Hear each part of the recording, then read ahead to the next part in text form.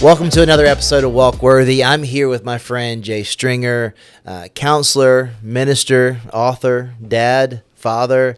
So many hats you wear, but man, I appreciate you so much. Josh, so good to be with you. Is it Joshua or Josh? I'm offended by neither. Okay. Yeah. But I mean, some, so Joshua, Josh, many people call me JB. Yeah. Some there's four little people that call me Dad. Okay. So Yeah. But Josh or Joshua. Okay. I think more often than not when people ask me from stage, I'll say Joshua. Okay. Just because it has a big connotation and meaning in that. The day that I was going to harm myself, I had this interaction with this bank teller, and the bank teller called me by name, and it was just something that kind of snapped me out of where I was. Yes. And I think there's a lot of power in the name, but I'm not offended by Josh. That's what my wife and many of my friends Joshua, call me. it's good to be here. Yeah. Oh, I am appreciative of you taking time to be here. I know you're a busy man, and I just want to kind of start the conversation with when I kind of lay out my story. I always think about, people often will say, well, how did you get into the porn industry or something like that? And it's like, to answer that question, I have to start with how did I even conceptually get to a place where I would say yes. And my story, my life story had a large impact in that.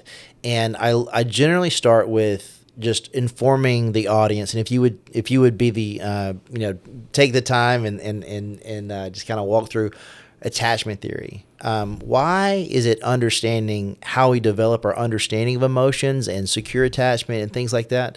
We'll just kind of walk through why it's important and why just the intricacies of our story. It's bigger than there's just something I want to do that I ought not to. Yes. Yeah. It's a great place to start. So. I think of Dan Siegel's work, and so he uses something called the 4 S's to talk about attachment. So they are to be seen, safe, soothed, and then secure. So seen is that experience of you had a parent who saw the things that you love, that you enjoyed. So that could have been Legos, that could have been Disney, that could have been just some sense of your favorite food was a donut. And they went on Saturday morning to get that thing for you. Yeah. So when we're seen, it's that sense of someone knows me and sees me, but we don't just need to be seen in our delight. We also need to be seen in our sorrow. Yeah. So when you think about kind of just some of the most difficult places, it could be, someone in your family dies, maybe there's a divorce. I always think of middle school as a prototype of hell. And so that sense of when you come home from school and you had a really hard day and you were bullied or you failed that algebra test, did you have a parent that saw that something in your face had changed? Yeah. And so it's that sense of I am seen in my delight, but I'm also seen in my sorrow. Yeah. So that's the category of seen. But then we also need to have safety. So emotional safety, sexual safety, physical safety, digital safety, more and more these days. And so that sense of when we are safe, we really feel bonded to someone. We develop not just a secure attachment to someone else, but we like who we are because we feel that safety. And then especially in this conversation around desire and unwanted behaviors, the category of soothing is so important. Yeah. So as kids, we cannot regulate our nervous system. When we are born, we are so dependent on our mother's body. Yeah. For soothing, for temperature regulation. And so just that visual of when you were distressed as a kid, how did you learn first a sense of co-regulation? I need your body, I need your kind words, I need your presence to bring calm to me. And then in time, kids can learn some type of auto-regulation or self-regulation. But a lot of times when you are growing up in a home that tends to be more rigid, more disengaged, or just violent, the problem is that your caregivers are actually the source of dysregulation, the source of distress. Yeah. And so then the question becomes, where are you ever going to find some level of soothing?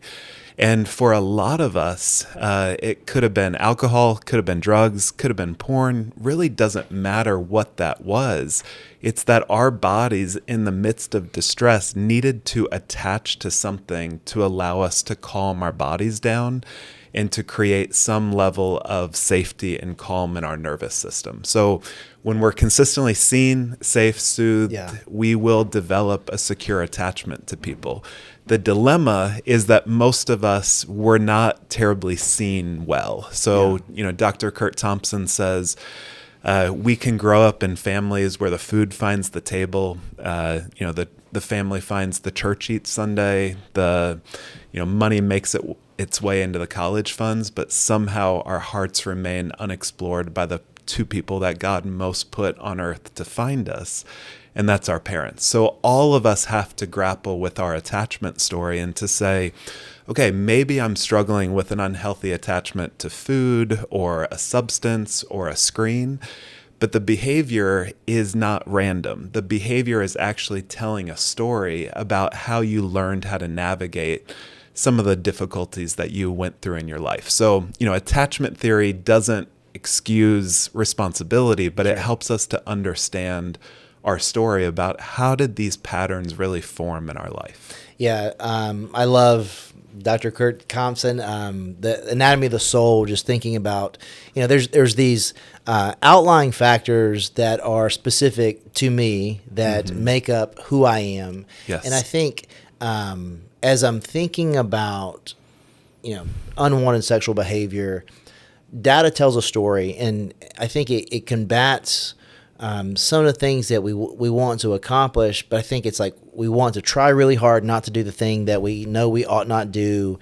Yet, if we don't take this time to step back and say, well, why do I even want to do this? Yes. I love the way you talk about how it's important to pay attention to how we react to things.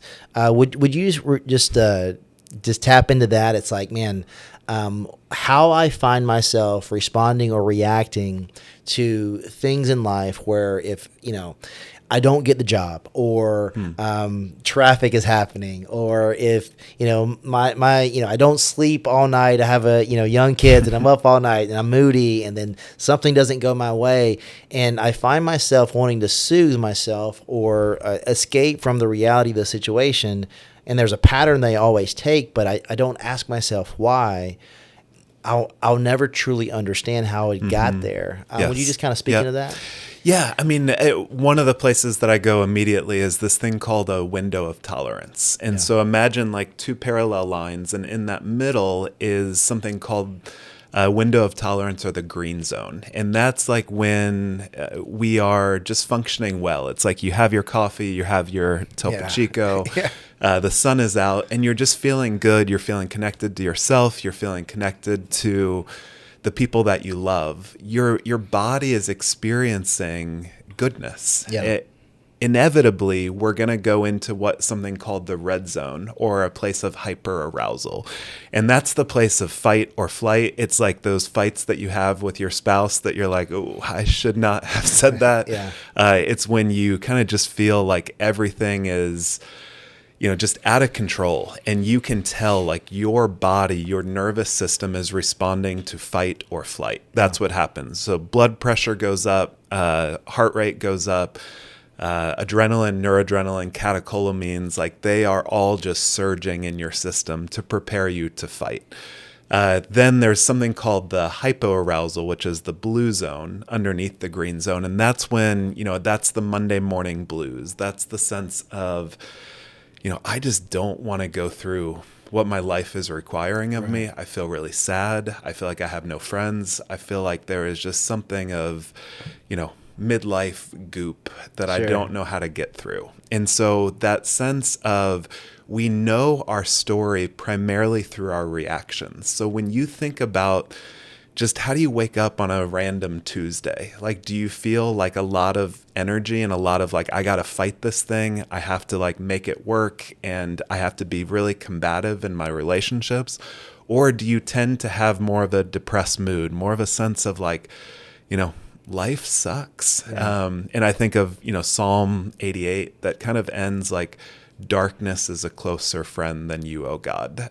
That is a psalm that I have deeply resonated with, because those are clues into my childhood. I certainly had moments of kind of frenzy and flight in the red zone, but most of my childhood was much more in the blue zone. It was middle school was, again, that prototype of hell. Yeah. There wasn't a lot of connection and life and vitality in my home.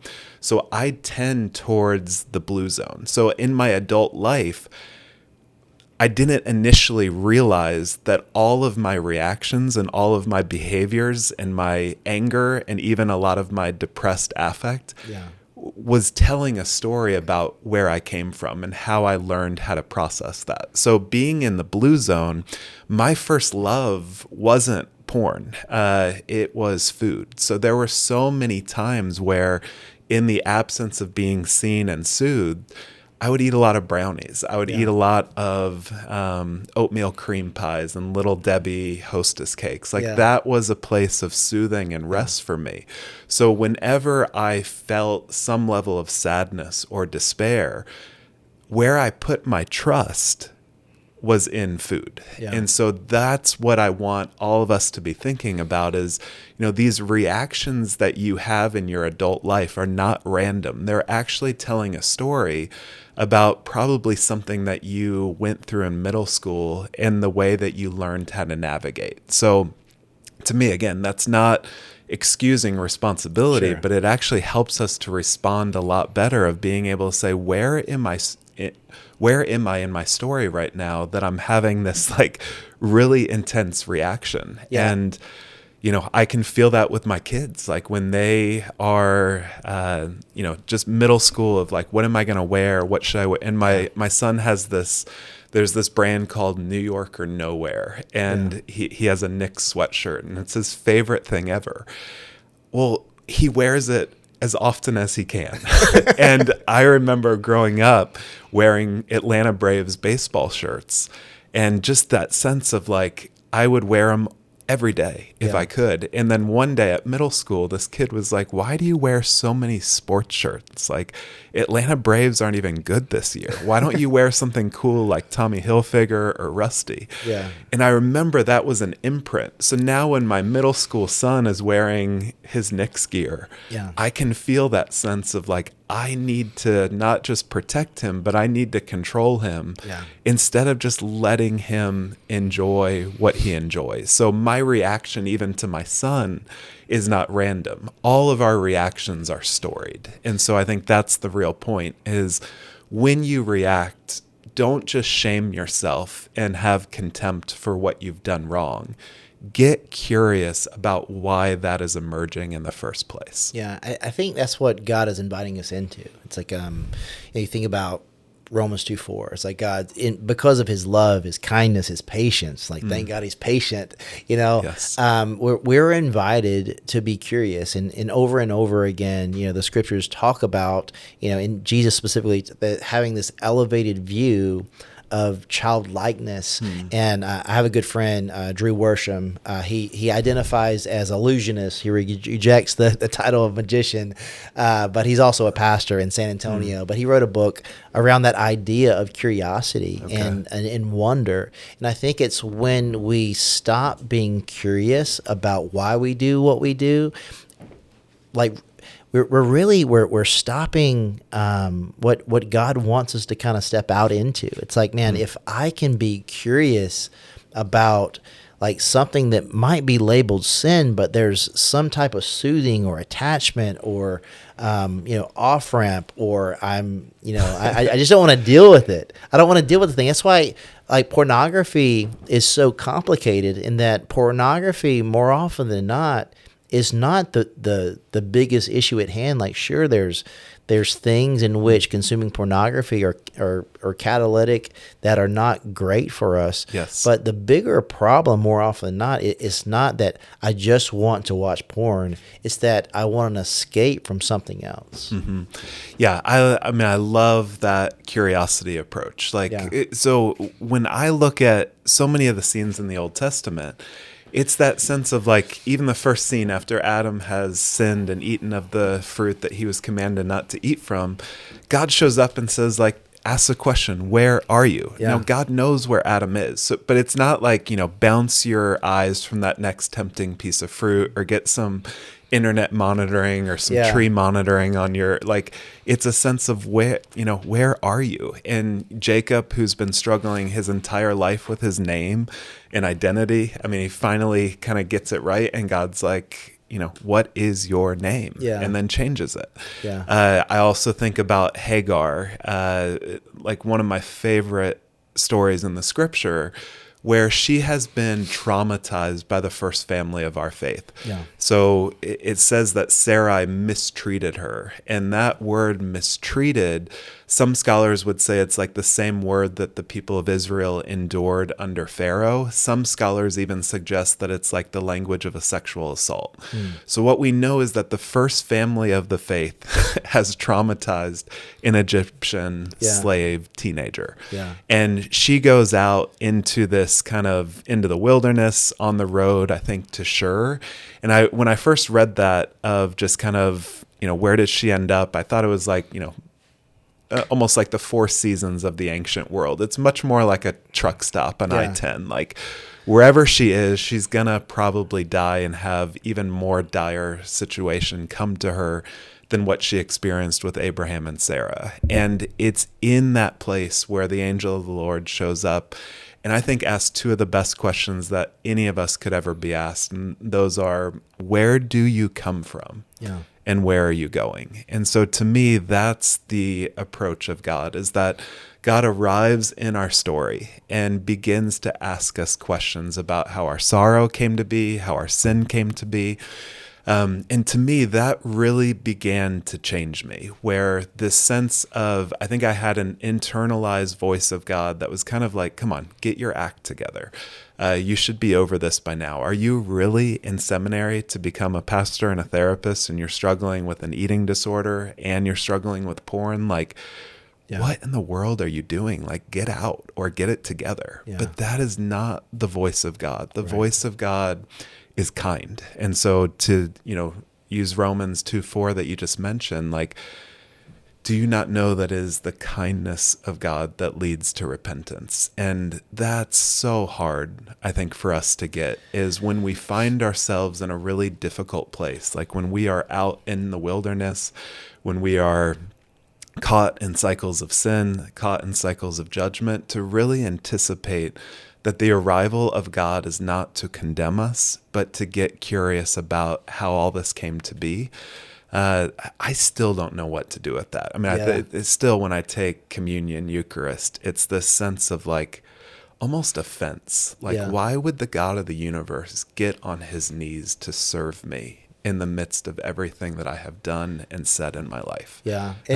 It makes me think of, so it's so interesting to think of how we are so brash, towards ourselves. And if we misunderstand God's character, we'll misunderstand his tone in scripture, and that we see things like John 14:15, like, if you love me, obey my commandments. And if you superimpose the brokenness of our humanity or our experience, in that if we had a father wound, and that it's, man, if you don't do what I say, I'm going to withhold my love from you. Or if you don't do what I say, I'm going to come down with an iron fist on you. It's a good father inviting you to trust his word, and it be better than a plan or a purpose that you might have for yourself.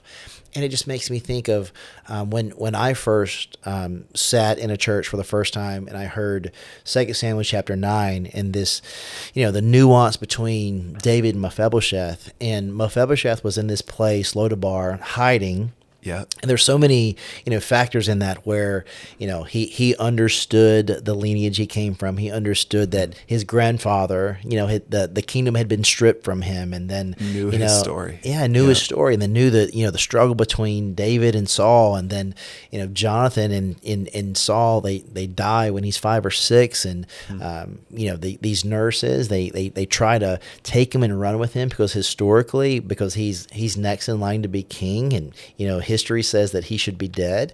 They run with him, and maybe he had some kind of ailment before, we don't know, but he's dropped, and now he has a physical ailment. The Bible tells us he's lame in both feet, and this broken man that believes that he deserves death. He's hiding in Lodabar. He's at this guy's house, Makir. It's like a Netflix show. Yeah, it's man. So good. It's such a great story. And David sends his guard, sends Ziba out to find him, and then Mephibosheth is standing before him, and David's excited to see him, and he's like, You're gonna kill me. Why are you so excited? And then David says, hey, I'm gonna invite you into my kingdom. I'm gonna give you back your grandfather's land, and I'm gonna have you a seat at my table for you, not for a day, but forever. And when his response was, what would you want with a dead dog like me? That resonated with me so deeply, because I heard grace, and I thought grace was incredible for whoever deserved it.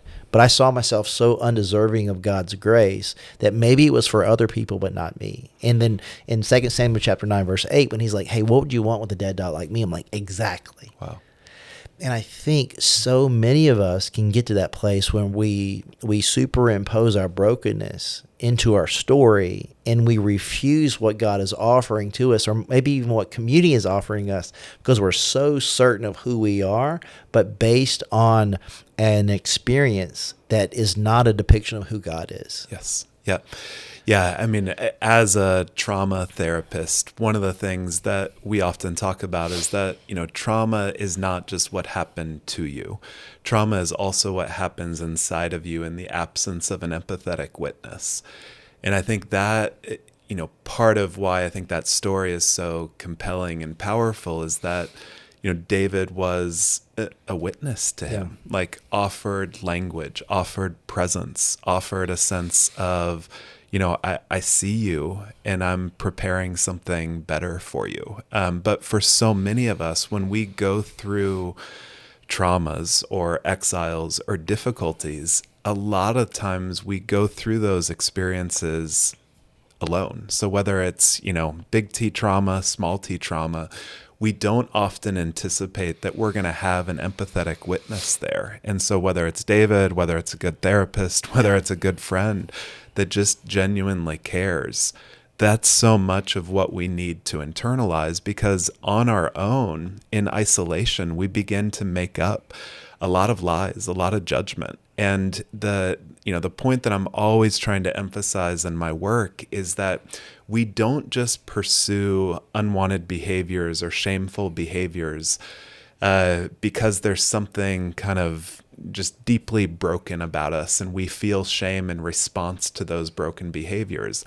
It's whatever your internalized sense of self is, you will pursue behaviors that reinforce that judgment against you. So if you think that there is nothing good about you, like why would I be wanted? If you begin to feel like a sense of, I can't control myself, everything that I ever want or desire is just going to be selfish, well, lo and behold, you will create evidence that reinforces the judgment. And that's the point of community. The kindness of God is that it begins to disrupt some of the judgments, because we can't see our face very well. Yeah, it's almost like if you wake up and say, today sucks, I'm going to have a bad day, the probability of you having a good day diminishes significantly. It does, yes, significantly. I've been there way too many times. But I think it's in the it's easy to listen to the negative thoughts, the negative feelings, but if we're willing to speak to ourselves more than we listen to ourselves, and speak the truth of God, the truth of those who care about us, those who want the best for us, I think it's almost like we can recalibrate ourselves in the beginning of the day to set forth the day. Even if it's 4 a.m. and I know I'm going in traffic, I can go into it differently because of the way that I set myself up, and I don't have to allow a reality, to dictate how I live my life. Yeah, because to me, that's part of where I would go back to the window of tolerance, is that you have to be aware of, am I in the red zone with my family right now? Yeah. In my work, am I in something of that, the blue zone? Because I think of like a Psalm like 131, where it said, the psalmist basically says, like, my eyes are not haughty. I do not concern myself with things too great or wonderful for me, but I have stilled and quieted my soul like a weaned child is my soul within me. And that's the really difficult thing is, I'm not going to concern myself with things that could bring me into the red zone Right. or just be aware of what could easily draw me into the blue zone, but I'm going to learn how to still and quiet my soul. And most of us don't know how to do that well. Yeah. And so then we kind of look back at like I was angry or I wasn't in the word enough or, I just don't really trust God. And it's like, all that might be true, but you don't know how to calm your body down. You don't know how to engage your nervous system when you're feeling stressed or when you're feeling some level of despair. Absolutely. And we need the capacity to read our bodies. And that's what good attunement, that's what good sight does is I see you.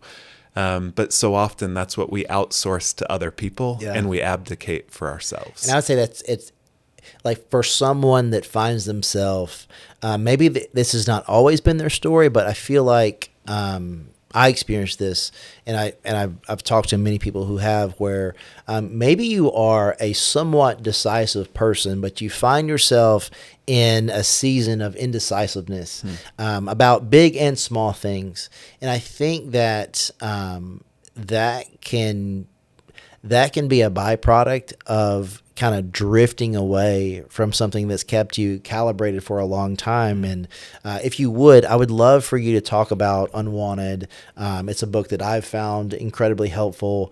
And just to kind of give us context for the book, but specifically, there's something that I borrow from you often, but I cite you.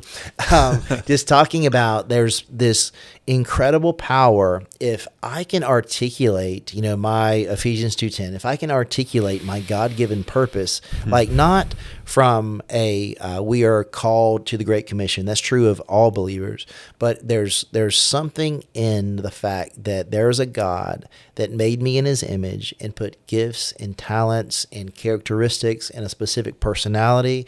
And if I can in tune into that and say, hey, God, you made me for a plan and a purpose. And if I can discover that and articulate it, that actually is more powerful than any software or accountability group or whatever it might be, because there's something about if I know who I am, it doesn't matter who I'm not, and if I know whose I am and what I was created to do, that can be compelling and catalytic where I'm not going to be perfect, but it's going to be easier to say no to the things I don't want to do.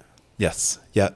Yeah. So Unwanted was, as a clinician, I was hearing a lot of stories. I was the sex therapist for the city of Seattle. So we were working with a lot of men who had solicited women in prostitution. Yeah. And so just started seeing a lot of patterns, and yet a lot of the Christian books that I was reading in the space, I just felt like we're not diving into people's stories. They were giving people strategies, slapping rubber bands around your wrist, trying to get into, internet monitoring or accountability.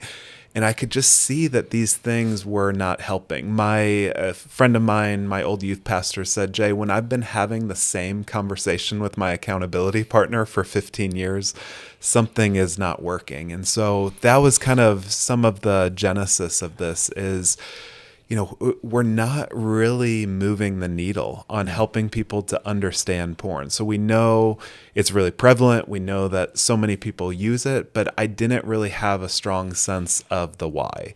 So in the conservative worlds that I was coming from, it was all this lust management approach. And that was, what I just mentioned, slap rubber bands, internet monitoring, accountability. But then in the more progressive world, it was kind of like, let's normalize porn. We don't want people to feel shame or stigma associated with their choices.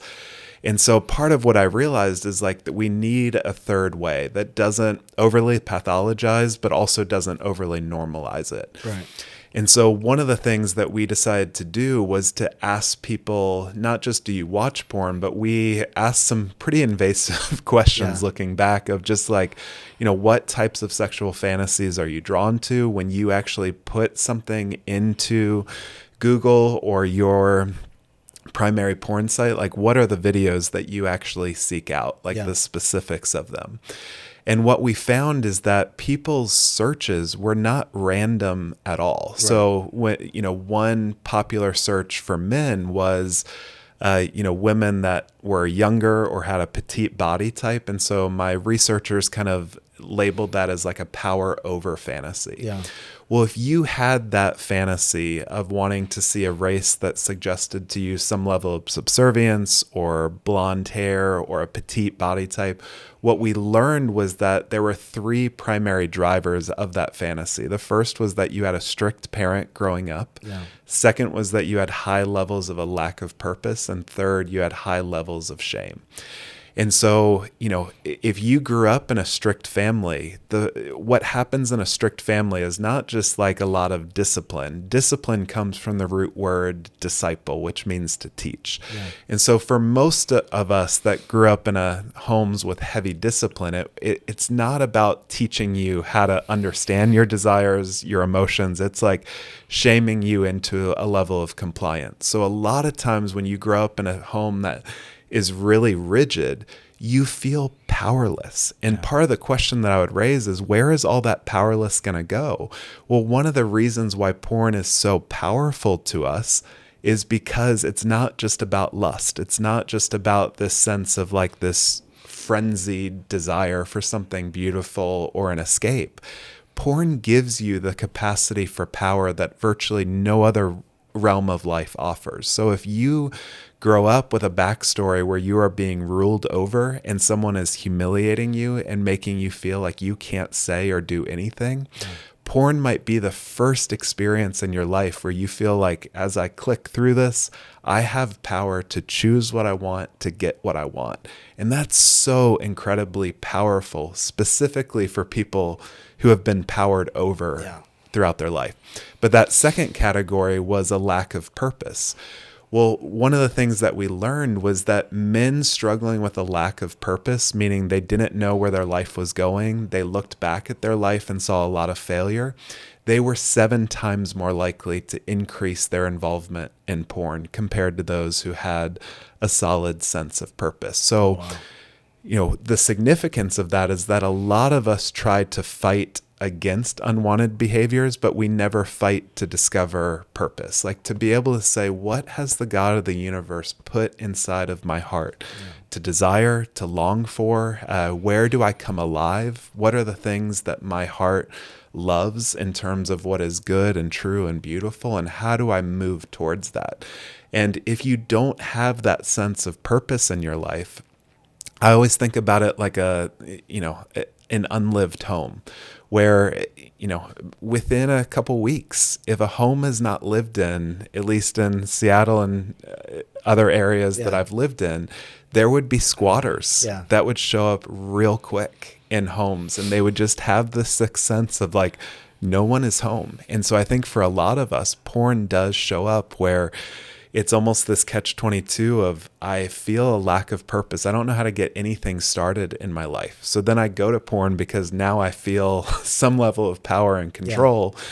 But then the more that I use it, the less control that I have over it. And so that's the madness of so many of our unwanted behaviors, is the thing that you pursue because you don't have purpose actually creates a level of, I have control right now. But then eventually you're like, I have no control over this. And I think it's something very clever in Satan's scheme to make that as enticing and it be as prevalent, because porn is so problematic because it works in a way in that it distracts you from what you don't want to address. It numbs what you don't want to feel. If you feel rejected, that's a way that you can maintain autonomy over that.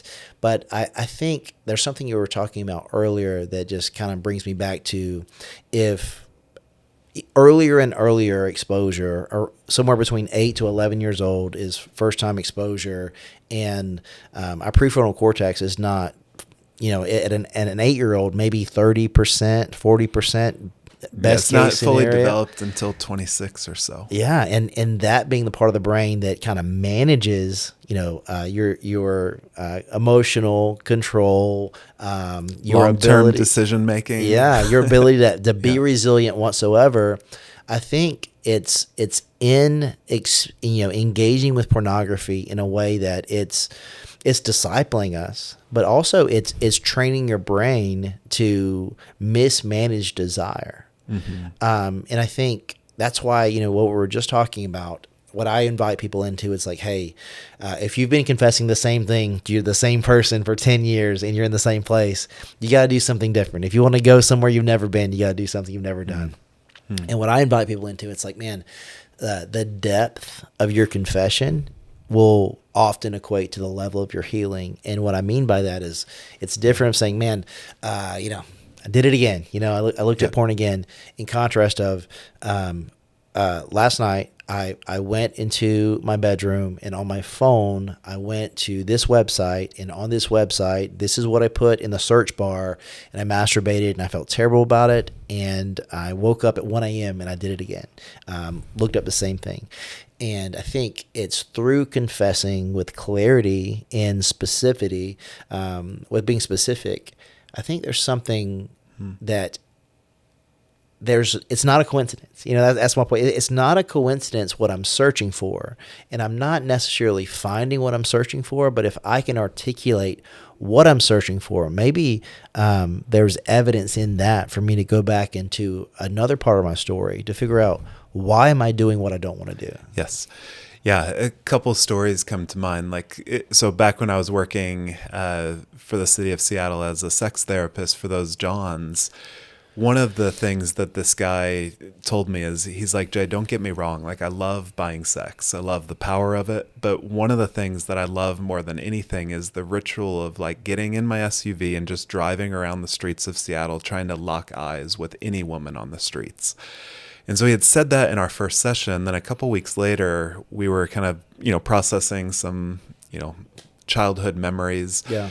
And his parents were both lawyers and obviously changing stories here and there. But he was given a Schwinn bicycle. And he said, Jay, I love that bike. And I said, what did you love about that bike? And he said, I used to cruise around my neighborhood for hours just trying to lock eyes with girls in my class or my friends' moms. And sometimes they would invite me over for a barbecue or a meal.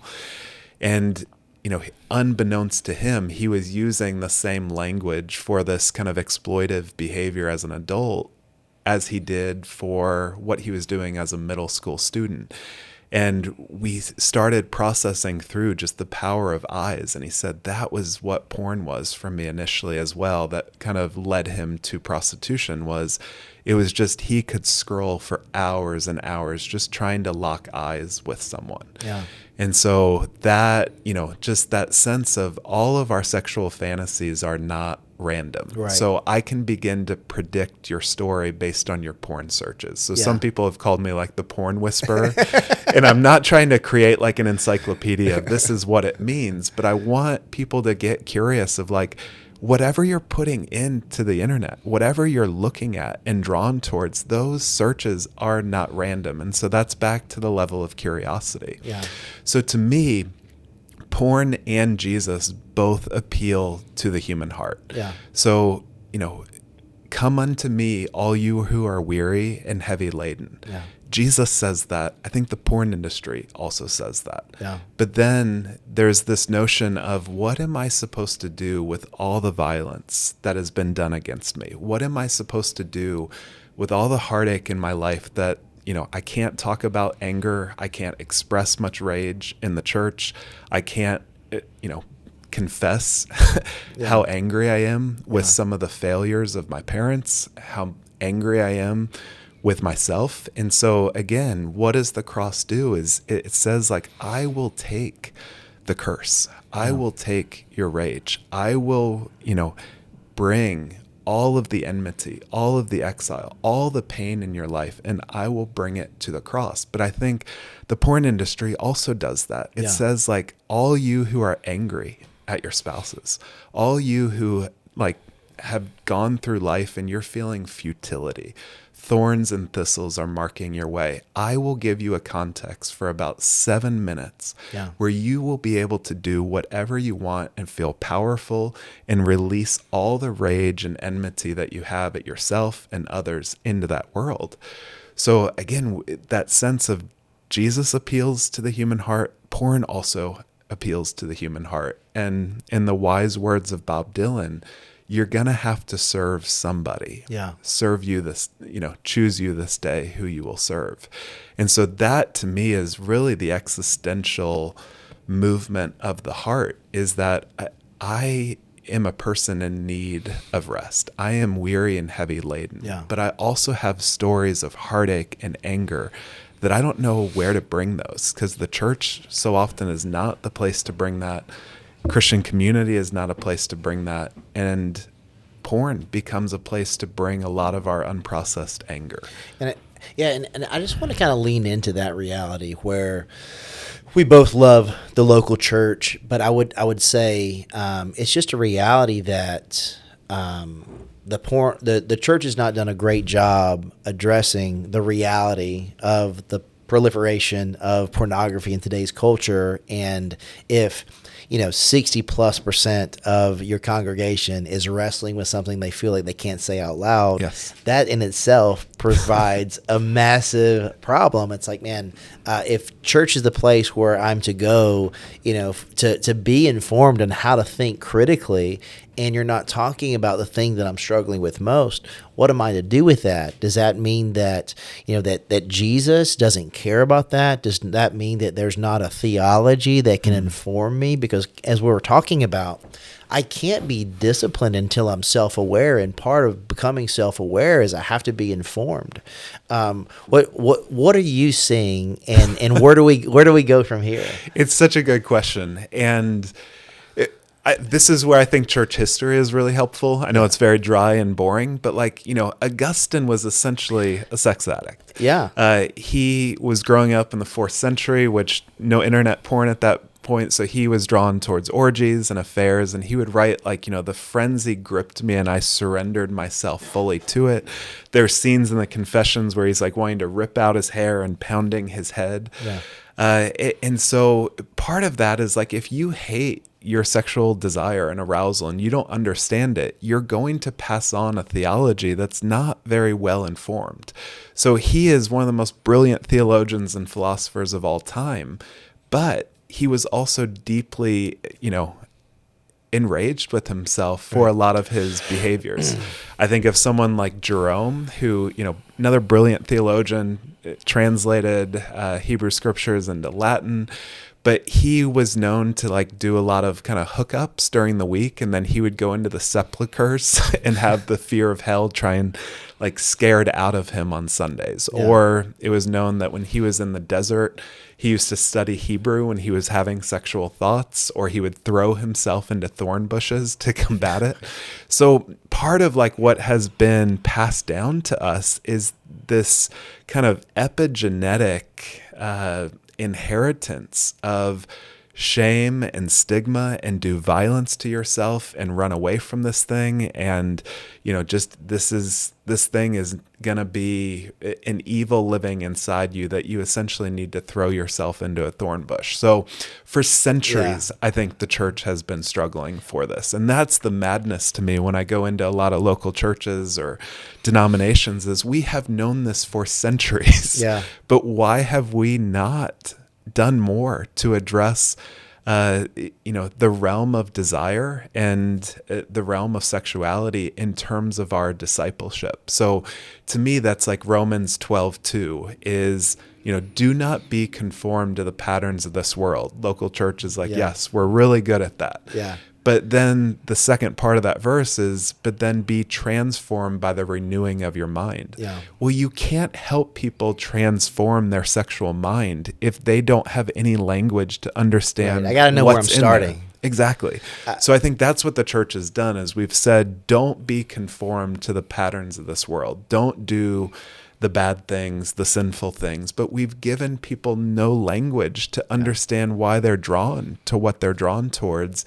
And desire has never been a great realm of discipleship in the church. And I think we're missing out on so much in that. Would you touch on epigenetics real Yeah. quick? I think just that study that I've heard you reference around the water flea just so Yeah. interesting. Yeah. So epigenetics is the study of gene expression passed down from generation to generation. So they have done studies where, they'll look at Civil War POWs versus Civil War veterans. And what they find is that if your dad was a prisoner of war within the Civil War, not just a veteran, your life expectancy would drop pretty significantly. And then another study that was done around these water fleas was they put these, microscopic water fleas into the water, but then introduced a predator into the water. And what would end up happening is within that flea's lifespan, it would grow like a horned or helmeted head. And that horned or helmeted head would persist until the predator was removed from the water. So that's a study. Wild, right? And so when scripture talks about like these things being passed down to the third and fourth generation, we have epigenetic research now that basically shows the same thing. Yeah. That when they've done studies on rats and, just a female grandmother rat, whatever stressors are in her environment are being passed down to the granddaughter just because of what her environment was like. And so that's a lot of what we have to kind of get a sense of is all of us have something of a sexual inheritance that we come from. So my dad, we had one talk around Seinfeld and masturbation and kind of the master of your domain episode. But then when it came to kind of longer story with my grandmother, his mom, when I tried to kind of get her to open up about her story and where she came from, she essentially said, Jay, there are some stories you just don't tell. There are some doors you just don't open. Oh, wow. And so I felt that in my 20s, where it's like, okay, I'm dealing with sexual sin and struggle. I have all these, all of these traumas that I have never processed before. And I'm just supposed to not tell those stories and keep that door locked. Well, that's not just because I'm trying to hide. I think there are epigenetic experiences that my body encoded with regard to we don't talk about these stories as stringers. We don't engage these topics. And so to me, that's part of the purpose of my life. And what I think God is calling me to is if there are doors that we're not supposed to open, I want to begin to open them, not to kind of know everything, not to have some level of arrogance, but to say, why am I not supposed to know the meaning of my porn searches? That was just a realm of like, you're just supposed to outgrow porn. But it was like, no, it's been so helpful for me to open up the door to be able to say, why am I drawn to this to begin with? Yeah, I mean, I think it's, thinking about, the language of generational curses and that it being bigger than, heart disease runs in my family. Well, there's also other elements that sin had an impact on how I experience the world.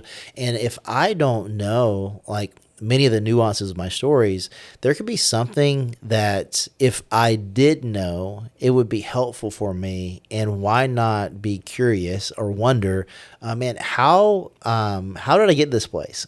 How did this desire develop? And I love that you've written this next book that's coming out in the spring around desire. And what I'll tell people often is like, man, when I have not necessarily a wrong desire, but a disordered desire, it often leads to dysfunction. And if I can understand why or what I'm actually desiring, then the behavior that follows that, I'm going to be completely confused by. Would you just kind of speak to that and to what led you to continue your research and to write Desire?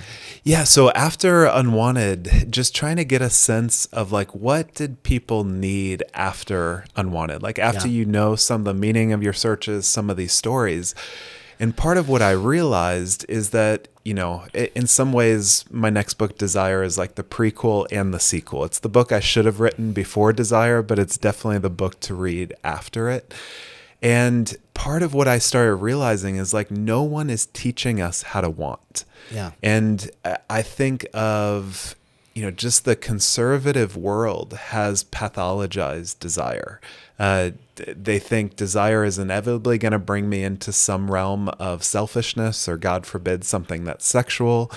And then in the more progressive world, there's more of a sense of like eat, pray, love your way through life, but they don't give you any practical guidance about how to actually develop your desires. Right. So I think we are fundamentally living in a world where no one is teaching us how to want and why we want what we want. So, there are, just even that sense of like wanting green grass in your front lawn. Well, do you know where that comes from? Yeah. Well, it comes from 17th and 18th century aristocrats who had a lot of money and they wanted green grass and fields to play in. Yeah. Well, now if you know that, it doesn't mean that a desire for green grass is wrong, but it's like, okay, what else might I want from my front lawn if it's not going to be green grass? Yeah. Or, there were different studies that were done of like they had people pick, or they were given these word pairings of kind of an example would be ocean and moon.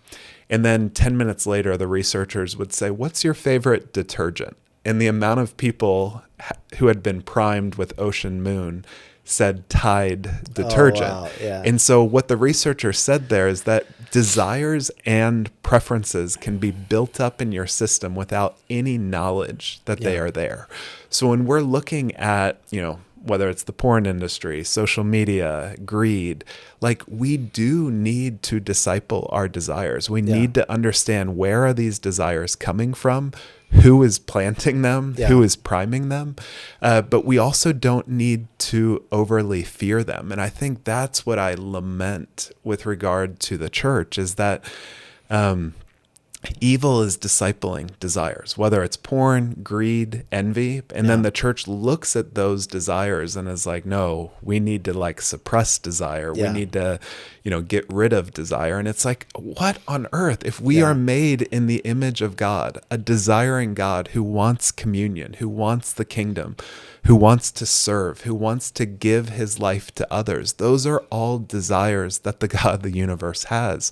How are we not forming our lives to become like Jesus? Amen. And so to me, that's a really, really profound place of apologetics that I'm coming from. Like the book that I'm writing is not, it's not with a Christian publisher. It's not in a Christian framework. And one of the reasons for that, Joshua, is that I had a conversation with Tim Keller, pastor at Redeemer in New York City. And one of my last conversations that I had with him before he died is I said, do you think it's possible that Christians could lead culture in the realm of desire, in the realm of sexuality? And he responded, as he typically did, talking about some of the defeater beliefs of Christianity. He would say, we have been known as a people who have, endorsed slavery, who have done things like the Crusades. We often deny science. We have been part of injustice. And then he raised this really important counterpoint. And he said, who were some of the first people in the entire world to raise the idea that slavery was wrong? Well, it was the Christians. We also have people like Brian Stevenson that have fought for injustice. But then he said, in the realm of desire, in the realm of sexuality, who are the Christians that are actually respected in culture, that are kind of bringing some seismic change in how we understand desire? And he said, I can't think of a lot of them. Yeah. And so that kind of planted something in me of like, what if we could create a resource that could be used by Christians, but also by, just mainstream culture to really help us to understand our desires and to form our desires. So that was a lot of my approach in this next book is I want to write a book that anybody can read, regardless of kind of faith orientation. and really have it be a helpful roadmap of how do you intentionally form your desires into something that can bring you into the best version of yourself rather than the worst version of yourself. Absolutely. And just knowing what I love about you is how significant research is in playing the part to how you communicate and Unwanted. Not to give too much away, but is there anything in your research that has been helpful for you, or something you found that was, you kept showing up? It's like, man, this is something that if I can put my finger on that or just kind of present this, it's going to be incredibly helpful for not only me, but for many. Yeah. Oh, there's so many fun. I need my laptop to pull them all out. But one of the heartbreaking findings that we found is we asked a lot of questions just around like level of sex education that you had. And what we found tragically was that the best predictor of sex education was being traumatized or exposed to porn. Oh, wow. And so that to me is just tragic. That why is it that we live in a world where trauma and traumatic images are the source of education? Like, why are parents, why are faith communities not leading that conversation so much better? So that was a really discouraging finding. A really hopeful finding that we found in the realm of sex. And desire is not just about sex. It's one of 5 desires that I'm working with. But specifically for couples, what we found is that couples who talked about what they enjoyed sexually were like 18.9 times more likely to have a satisfying sex life. Yeah. And so what we found there was that, most couples don't know how to talk about what they enjoy, no different than like in many ways what they had for dinner. Yeah. So it's a sense of like, okay, we had a lot of root vegetables last night. I want to kind of shift this up tonight. But it's just the fluency of being able to know, what do I enjoy and how do I express that? So we have something called a sexual excitation system, an SIS, and a sexual inhibition system, the SIS. So SES, SIS. So all of us have the sexual accelerator and a sexual brake. And what happens for a lot of us is that we have been conditioned, could be from the church, could be from the silence in the families that we come from, that we have a lot more brake than we do accelerator. Yeah. Because we don't understand that like God is the author and the designer of sexual pleasure. And therefore that gas pedal, that sense of, I love this sexual experience, I enjoy this, and being able to be comfortable talking about it. So many of us have just this brake pedal of like, there's so many things that begin to shut our arousal down. So that was a really encouraging finding, is that couples who learned how to talk about what they enjoyed and pursued what they enjoyed had really good sexual experiences together. But we also looked at kind of the formation of holistic desire. So I'm working with a desire for wholeness, which is about understanding your past, a desire for personal growth, which is to kind of grow through some of the crucibles in your life, a desire for intimacy, like how do you know and be known, a desire for pleasure, and then a desire for meaning. And part of what we began to find in the research is that most of us become over-indexed in one of those realms of desire.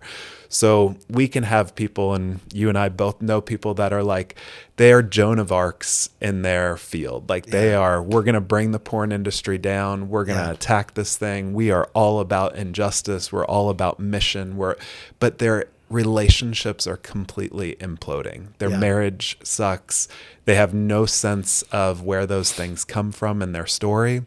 Or just for, middle-aged men like us, there's such an emphasis on protocols and optimization, and you get your whoop data, you get your sleep aid system, you try and optimize every realm of your life and have a level of mastery, and we call that personal growth, rather than understanding like, what are the wounds, what are the difficulties in my childhood. And so some people get so over-indexed on just like optimizing themselves that they don't know where those stories come from. Yeah, to the person with a high achiever personality that doesn't understand that there's a brokenness that is intertwining in that aspect, and so Yes. you're pursuing this thing. I'm doing everything I'm doing with excellence. I want to be the best. I'm doing it for the glory of God, but also the glory of me. Exactly. Yeah. If I don't understand, there's this factor that I don't have a pulse on. I'm going to misunderstand why I do what I do. Yeah. Often. Yeah. So it's all about like this, integration. And that's part of what we're trying to do as therapists in the mental health field is how do we bring integration to people? So, like an example from my childhood is my nickname was Donut growing up. And so I kind of hinted at that earlier, but went to middle school, first day of school, had a jelly donut dripped on my white t-shirt. Oh, no.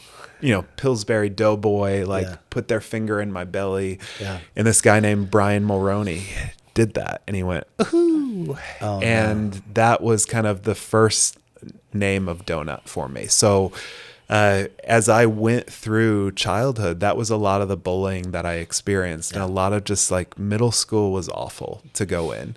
But in the midst of not having that attunement, I began to eat way more. And, I think about that in the Old Testament where so often shame is basically what you put your trust in. So I don't indict that 13-year-old, but I put my trust in more sweets than I did in relationships.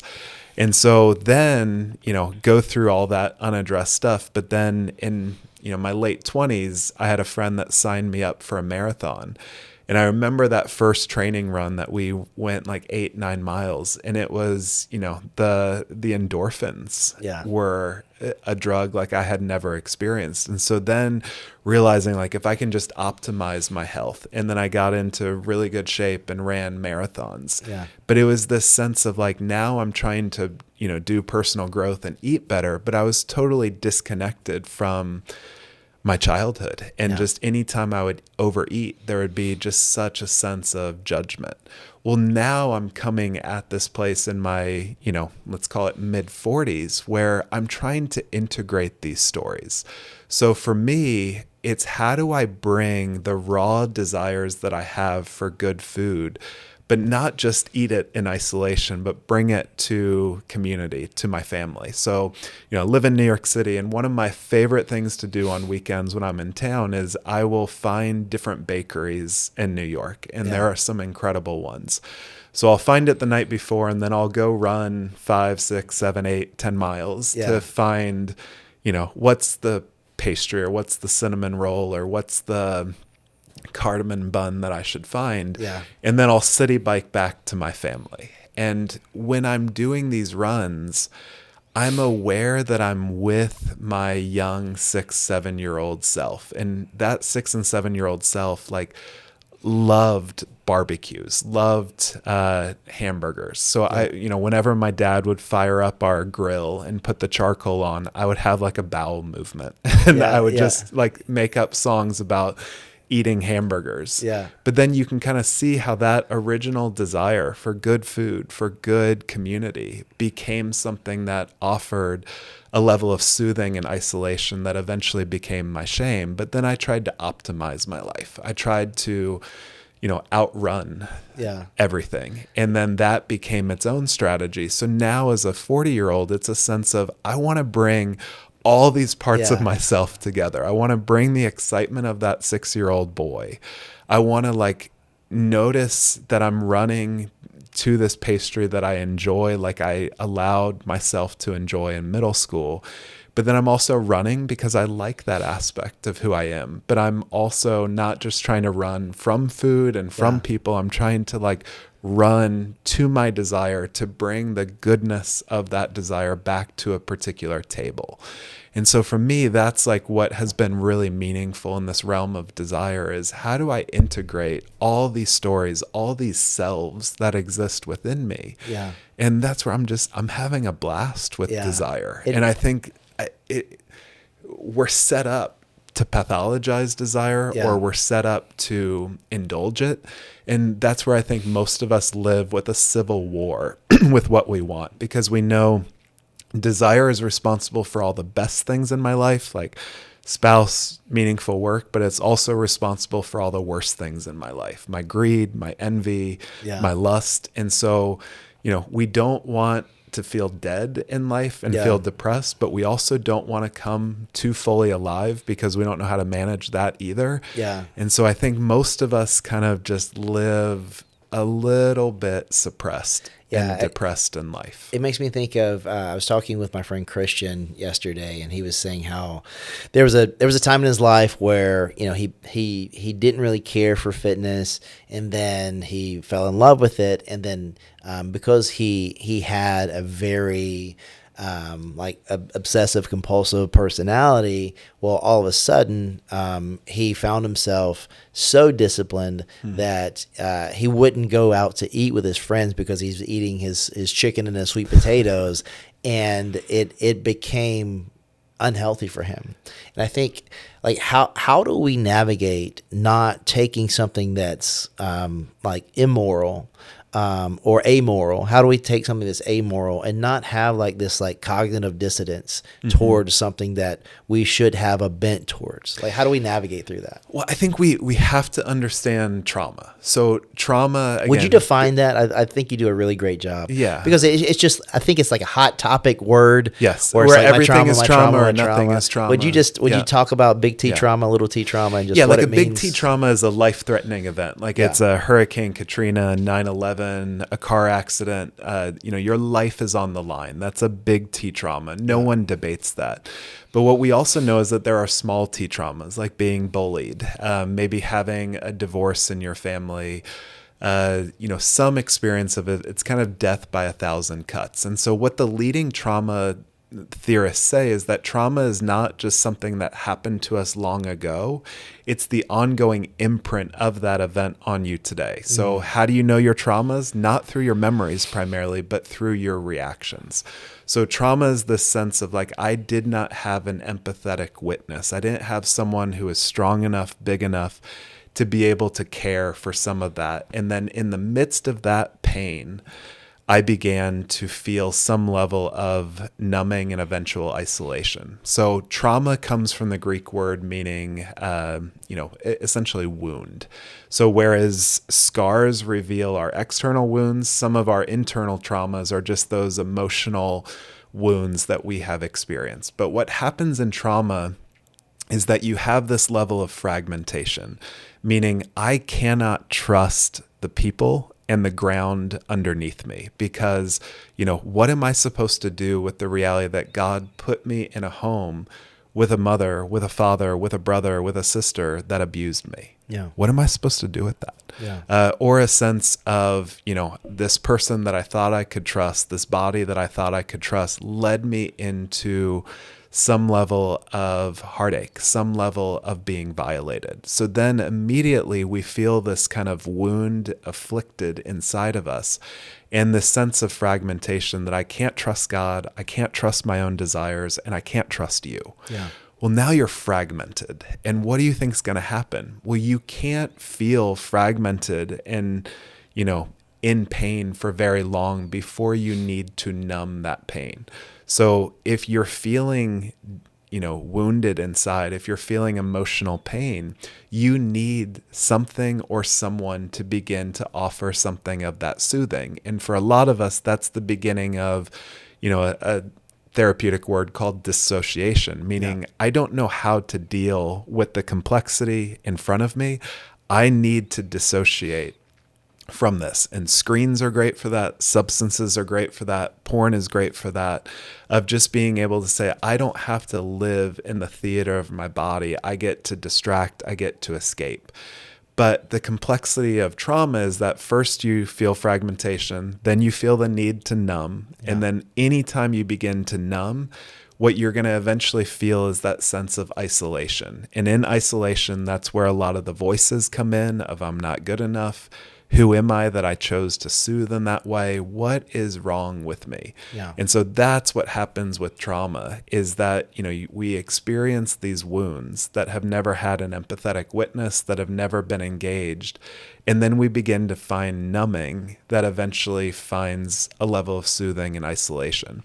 So all that to say, when we go back to optimization, haven't fully worked out this theory yet, but I think a lot of times people have, addictions that are more about indulging. Like, I want to just immerse myself in porn. I want to eat apple fritters. I just want to indulge everything. Yeah. But then on this other side, there's this like level of mastery. There's this level of optimization. And that's what I think we're seeing a lot in culture right now and that is also a traumatic response. Why? Right. Because I still can't trust other people or God or even myself, but I can trust that if I optimize my sleep, which I'm all for, if I get 8 hours, if I avoid this drink or this substance, then I can optimize it. And so what you've done is, in the midst of the fragmentation and having no stable ground, you have allowed your workout routine to be the realm of mastery for you. And I think that's what we're in this binge purge cycle in, is that a lot of us have histories of indulging food and porn. And now we're like, I'm going to reject the indulging way of life. But now my new addiction is going to be optimization. And both provide ground for you to lean on and to find some level of soothing. So when I look at my whoop and it's like, yes, I'm in a green recovery today. I'm at 85%. That soothes me. And so I think that we're always having to put our faith in something. No one is without faith. So whether you're putting your faith in your whoop or your workout routine, an apple fritter, porn, or Jesus, you're trying to find some foundation of trust, and we're all seeking that out. And so that's where I think trauma language and attachment language is really helpful, is to be able to say, where are you putting your faith? And that's where I think, good presence, good conversations, good attachment is the best place to find soothing and attachment. Since the garden, we've believed the lie that it's in my best interest to have autonomy over myself, when it's actually the worst thing I could possibly do. And just as we start to head to the end of our conversation, something we talked about earlier and something you're hinting to now, why is there such a huge, I would call it a problem, epidemic, in that when I speak to people who are wrestling with not just unwanted sexual behavior, just unwanted behavior across the spectrum, specifically men, why are we seeing not just an epidemic in chronic loneliness? Because I say often we're the most connected generation in the history of time because of social media, but we're seeing ourselves be the most disconnected generation in the history of time. Why is there a lack of real friendship in the lives of so many men today? Do you have something you kind of like pinpoint, like this is how we got here? What are your thoughts around that? Yeah, I don't think many of us have seen models of deeply connected friendships. Like intimacy is a skill that you have to learn how to develop. And so there's this category that's known as differentiation, and it's taken from cell biology. And it's essentially that for a plant to grow, those cells have to differentiate and divide in order for the plant to progress. So the human body is a phenomenal example of differentiation, that, our eyes, our ears, they all kind of start out as the same genetic material, but they have to differentiate into, ears, what your nose is. Even within the eyes, we have certain zonules and lenses that, the human body is incredibly differentiated.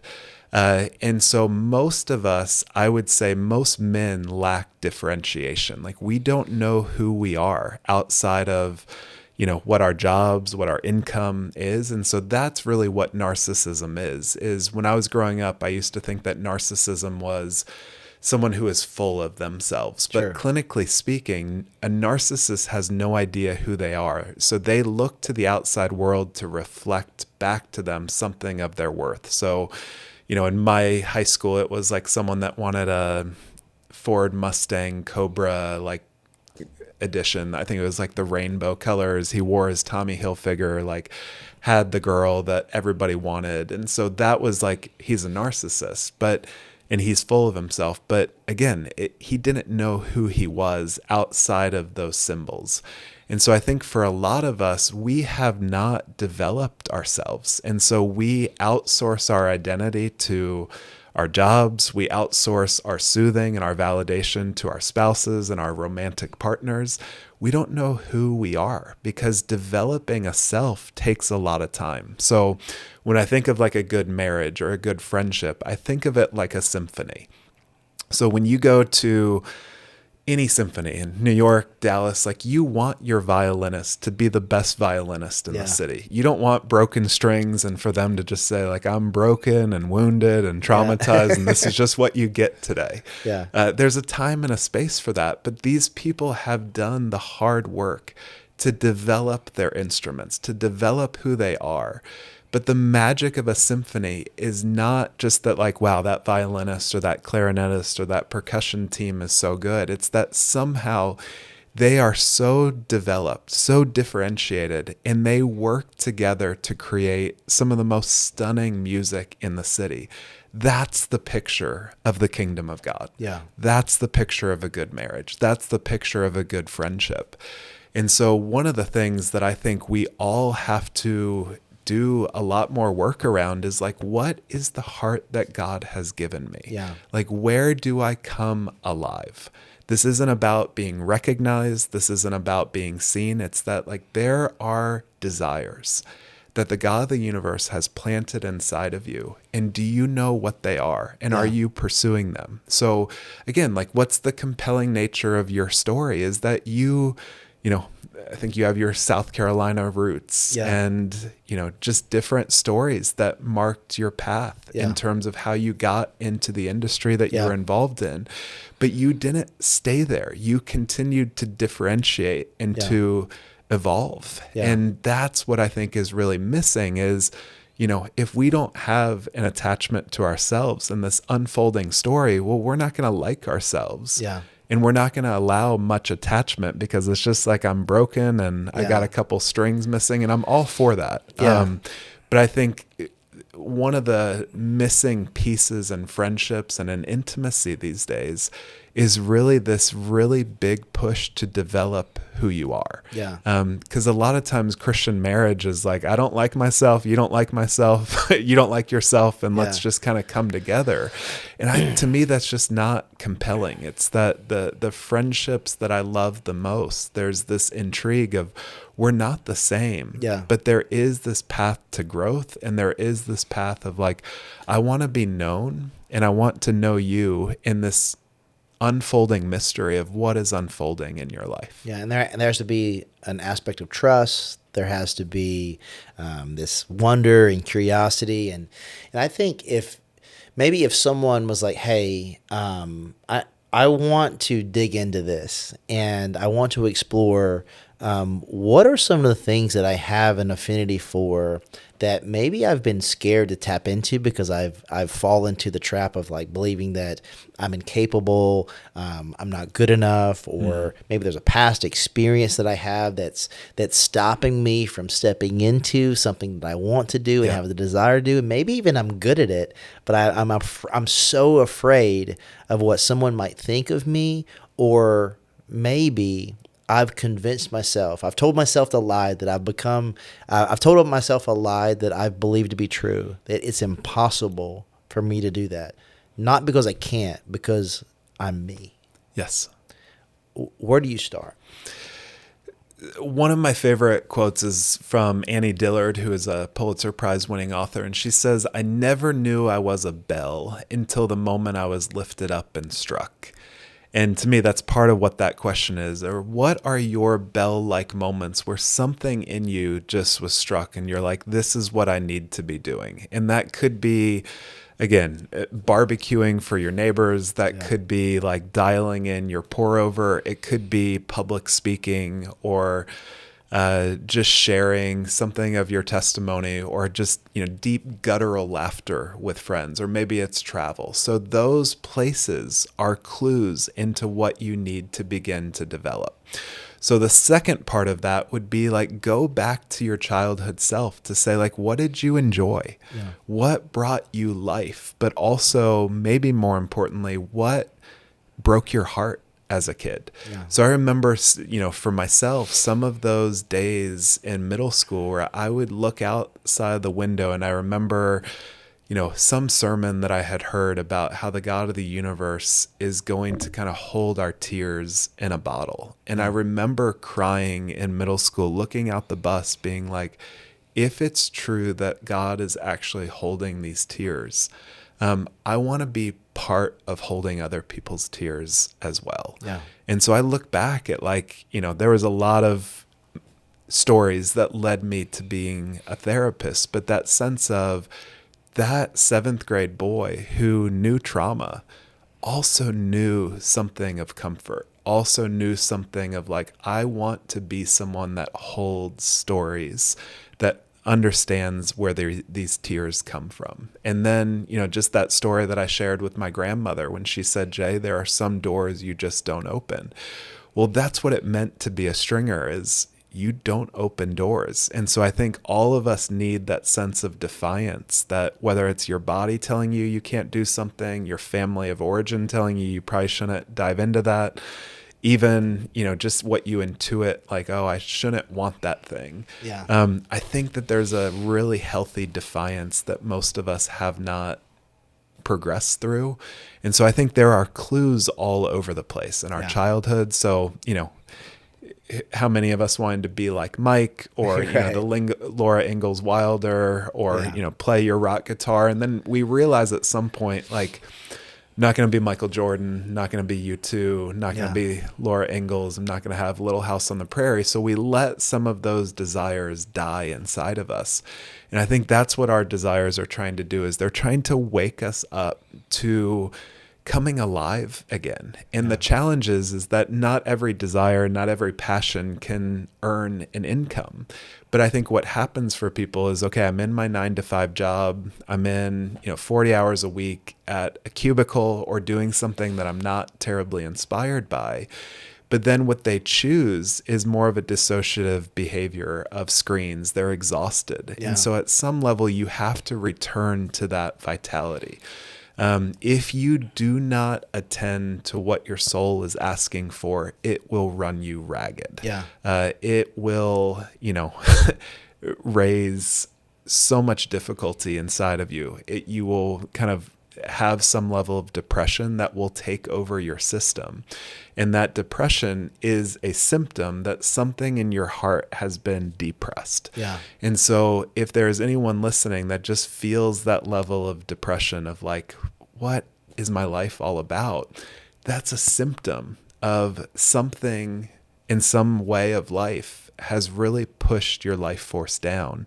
And what would it mean for you to re-engage desire? And that thing can start small. It can start with a bakery. It can start with a barbecue. It can start with, like, I'm going to write a haiku instead of dissociating tonight to porn or to a screen.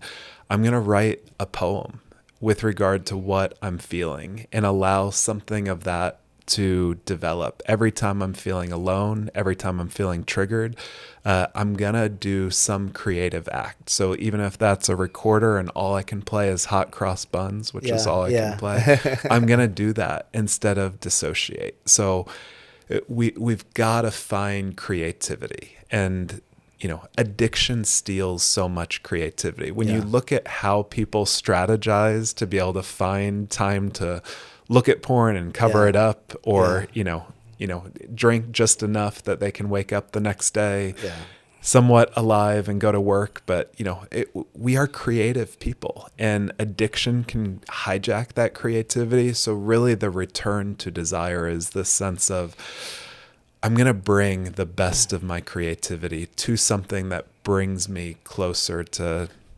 something good, true, and beautiful. Yeah. What I'm hearing you say is, maybe we need to unlearn some things and Jesus has a desire for us to maybe relearn what he meant for us regarding our human experience, and what it means to be human is to have hobbies and not be afraid that maybe I want to create content and I'm going to paint or bake Yes. or start a group or start riding a bike or whatever it is that I stopped doing because I fell into the trap of, if I can't do it as good as someone else, or maybe if someone said something negative about something I had an affinity for, yet I had a true desire and love for it, I stopped doing the thing that I loved because of something that had nothing to do with me.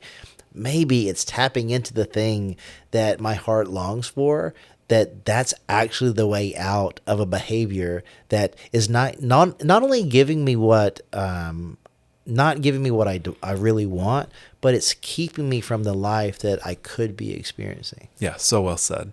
And I think that's to your point around children.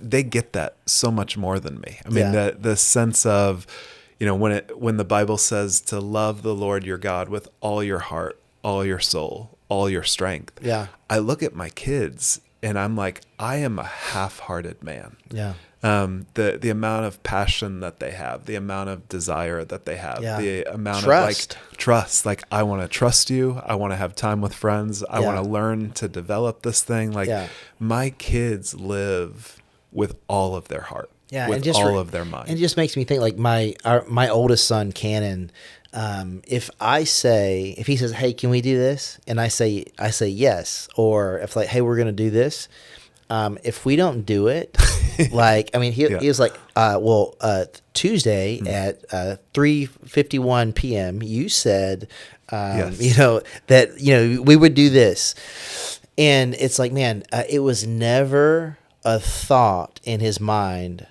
that I wouldn't show up for him. There was never a thought in my mind that I would let him down. And gosh, like I never want to lose that. And it's just, I'm traveling, very soon, and but it's like we're taking this road trip and we're doing all this stuff, but like we're gonna drive. I'm in Denver and we're coming back and we're gonna drive like 12 hours and I'll be exhausted and all this stuff, but it doesn't matter. Because at the end of the day, it's like what I really want is he's got his first basketball practice next Saturday. And it's like, man, I know it's like burned in my soul. I would look to my left and my right, and even though my dad wasn't in my life, there was still this like glimmer of hope that maybe, just maybe, he would show up.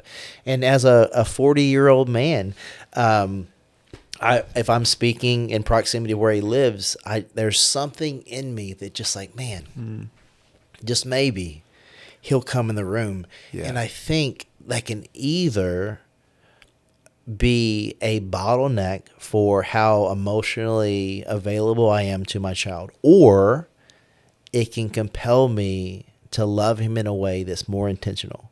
Yeah. And at the end of the day, either I'm gonna submit to the things of my past, or I'm gonna lean into the reality of the gospel. And it's like that's why I love that you step into this realm where mental health and the way that my mind works, both chemically and experientially, and the reality of the gospel, they don't conflict with one another. They inform each other, and if we are welcoming of that, we can understand ourselves better and we can live better. Yeah.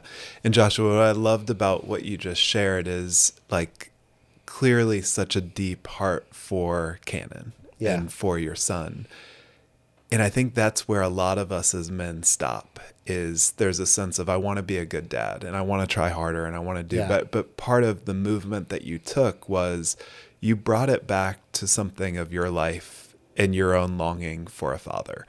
And that's so important, because I think the Bible is always working with honor and honesty. Like, how do we honor our mother and father? But if you can't be honest about how many missed appointments your father had, how little desire he may have had to show up at your game or to show up in your life, you're not going to allow your spirit, your hands to be open to receiving something of the goodness of God.